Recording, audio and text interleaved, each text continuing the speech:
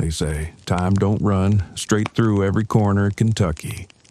In some places, it don't just pass, it twists, it folds, and every now and then, it opens. Not with a crack or a roar, but quiet, like a door left ajar in a house no one remembers building. And if you ever find yourself driving some back road in Livingston County, one that ain't on your GPS, one that feels too still, too old, too watched, well then, you best pray it was looking the other way when you crossed through. 'Cause if it wasn't, you might not be the one who decides whether you get to come back. You found Kentucky Melody, where shadows speak and history haunts. Tonight's tale don't bring you ghosts or monsters. It's something stranger and older, a place where time itself forgot how to behave. This is the Livingston County Time Slip. Now, this here tale starts back in the fall of 1992. Leaves was changin'. Air had that sharp bite, like it was warning you about what was comin'. Earl and Darlene Thompson, school teachers out of Effingham, Illinois, figured they'd take themselves a quiet little leaf-peeping drive through western Kentucky.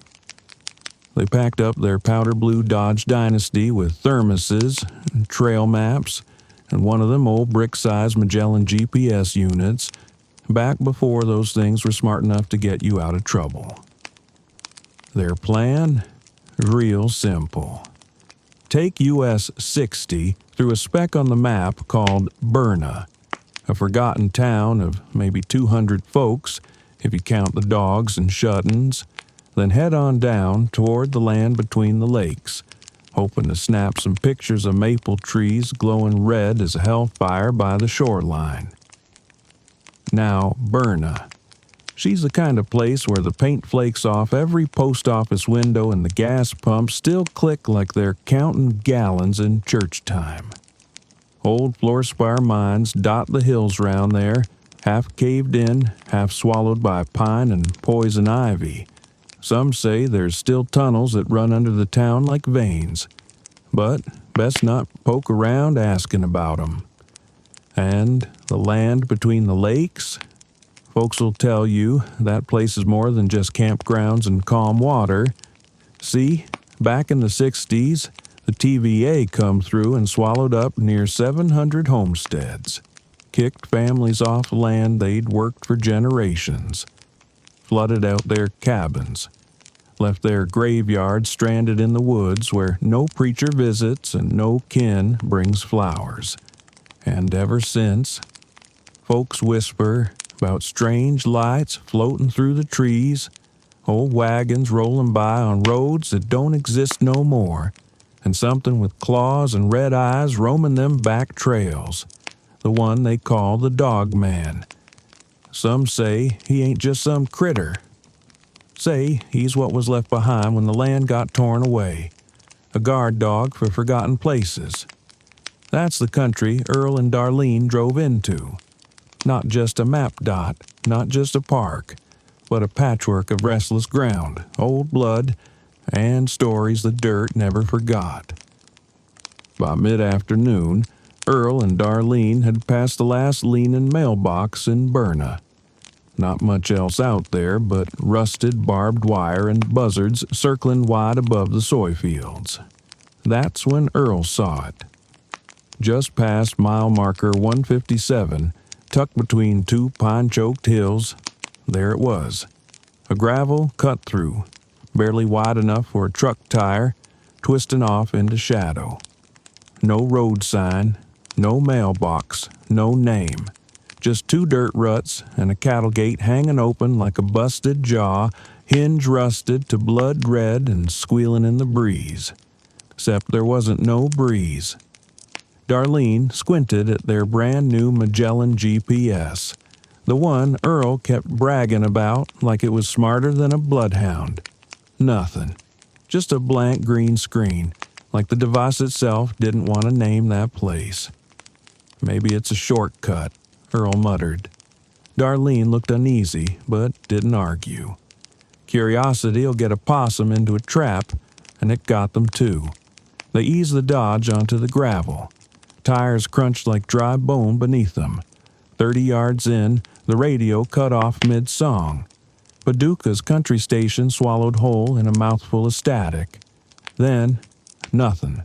No wind, no birds, no cicadas buzzing. Not even that high hum of the power lines that's always hanging in the air, whether you notice it or not. The loblolly pines grew in so thick overhead it felt like the world had just closed shut behind them. It was the kind of silence that ain't natural, the kind that listens back. Same stillness campers whisper about when they talk about seeing them ghost lights floating through the LBL, like lanterns carried by things that ain't got no hands. Darlene reached out and turned the radio knob. Just static. Earl said nothing, but he gripped the wheel a little tighter, and that gravel road kept on winding, drawing them deeper into a place that didn't show up on maps and didn't rightly want to be found. That gravel road didn't just twist. It dog-legged sharp, like it was trying to shake 'em loose. The pines pressed in so close their long green arms reached across the hood and clawed along both sides of the Dodge, whispering against the paint like fingernails on a coffin lid. Then, just like passing through a curtain, everything changed. The trees peeled back all at once, revealing a wide, shadowed holler that looked like it hadn't seen a new thought since the year God blinked. And setting inside that bowl of land, quiet as tombstones and twice as watchful, was a village, or what was left of one. The cabins looked like they'd been dropped straight out of 1861. Single-room shacks leaning with the slope, chimney stones blackened with pitch that seeped like old wounds. Fences wove between the houses, sagging under trumpet vines grown wild and knotted like veins. The path through town wasn't paved or even graveled, just a muddy trough rutted with marks wide as wagon wheels, dried hard into the clay. And the light. Lord, the light was all wrong. Yellow, flickering, lanterns in every window, but no glow from bulbs, no porch lights, no wires strung between posts. Just fire behind glass. And the people. They were there. Standing out on porches and by fences, sitting still in rockers that didn't creak. Men with beards and coats that hadn't seen thread in 100 years. Women in faded calico, their hands still in their aprons. Barefoot children staring from doorways, holding little corn-husk dolls in arms that never shifted. Earl slowed the car down to barely 5 miles an hour. His foot hovered on the brake. Darlene gripped the door like it might float away. Every single one of those figures turned toward the car, but not one waved, not one nodded, not one moved, just watched, blank-faced, still as mannequins carved from river clay. It was like driving through a photograph that could see you but wouldn't let you speak its name. Some researchers call it observer syndrome, when the world you step into don't react like it should. The air feels like glass, the colors look too still, and you start wondering if you're looking at the past, or if the past is looking right back at you. And right then, sitting behind the wheel of that powder blue Dodge, Earl felt something shift deep in his gut. This wasn't just a place they weren't meant to find. It was a place that knew they didn't belong, and it was deciding, real slow, what to do about it. They rolled to a stop near a sagging gate made of gray wood and rusted wire, leaning like it had lost the will to stand upright. Earl let the engine cough into silence, and for a heartbeat, all that was left was the soft ticking of the cooling motor and the weight of 100 eyes setting heavy on their backs. He rolled down the window, the glass grinding like teeth, and leaned out slow. "Evening," he called, voice crackling in the still air. We think we took a wrong turn." One of the figures by the gate moved. Just one. A tall, rail-thin man in a coat that looked like it was stitched from raw wool, and time itself stepped forward, boots not making a sound on the packed dirt. His beard was thick and tangled like briar root. His skin, pale and drawn, yellow-white like candle wax dripping too long on a cold pewter plate. But it was his eyes that froze Earl clean through, dark as coal oil, no whites to 'em like two wet stones sunk in mud. He raised one arm real slow, every joint popping like green wood on a fire. Then he pointed, not with anger, not with panic, just a cold, mechanical certainty. And in a voice that felt like it come from beneath the ground instead of his throat, he said, "You don't belong here. Go." 6 words, flat, final, empty of emotion, like he wasn't talking to them, but about them. Darlene leaned across the seat and caught just one glimpse of his face by the lantern glow behind him. She swears on her mother's grave that his pupils didn't reflect daylight, only the shimmering red of that flame. Like there was fire behind his eyes, or something looking out that wasn't ever human to begin with. Earl didn't wait for another word.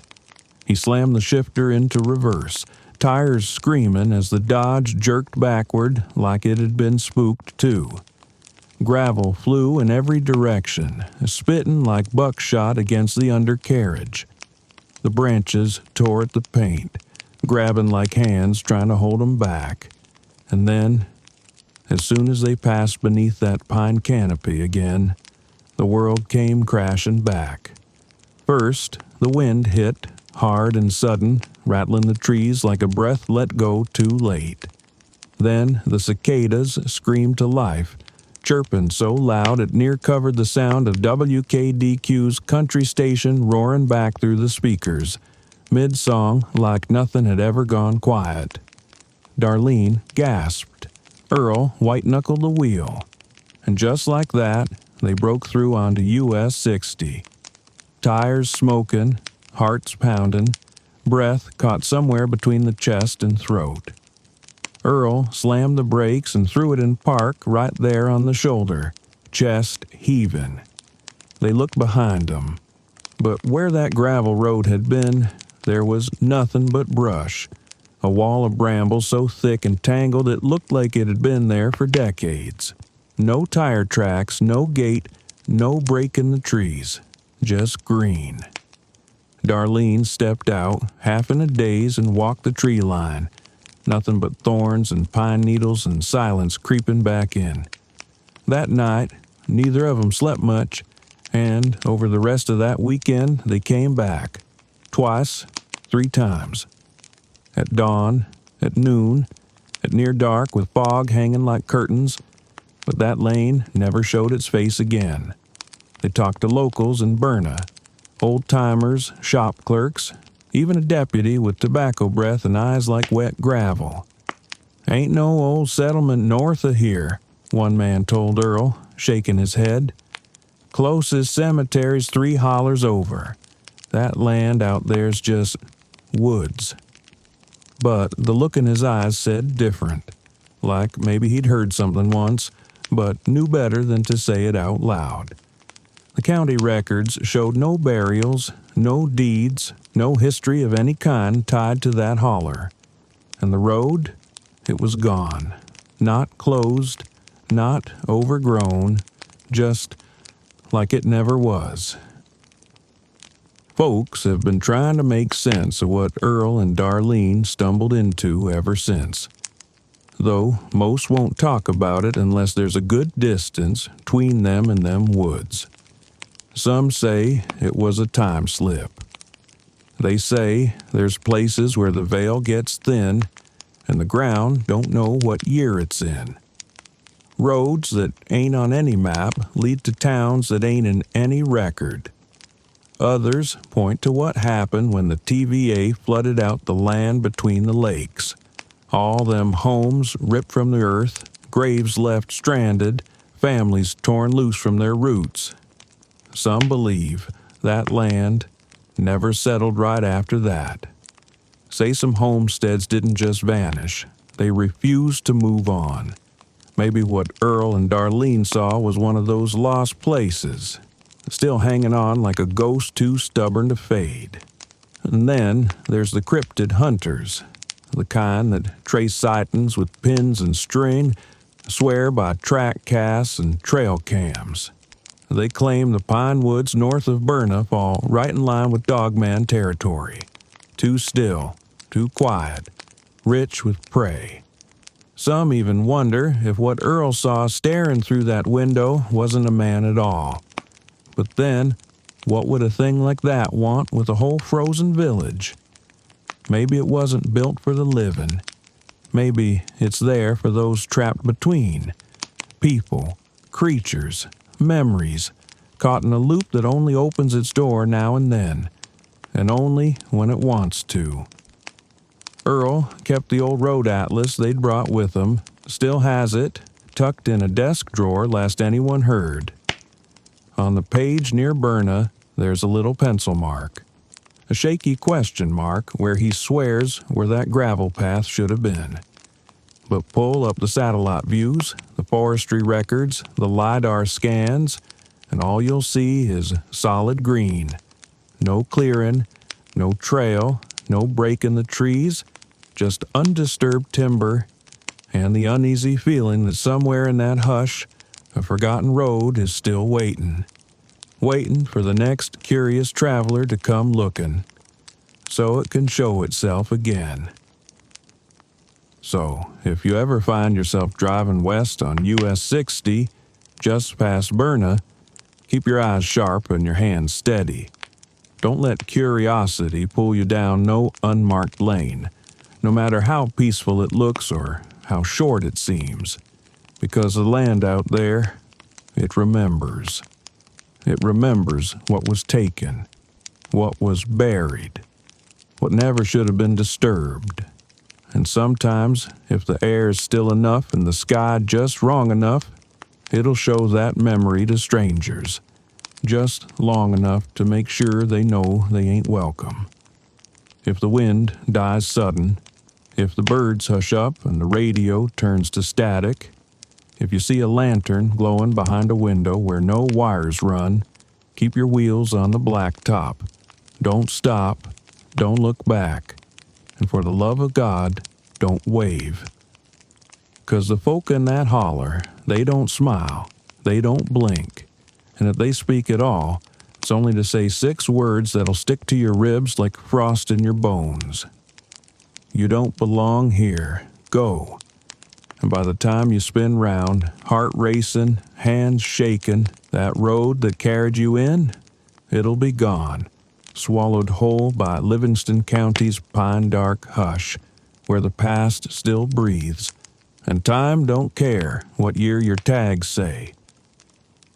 So, what did they see? Was it a wrinkle in time? A moment tore loose from the seams, letting the past bleed through just long enough to be noticed? Or was it something else?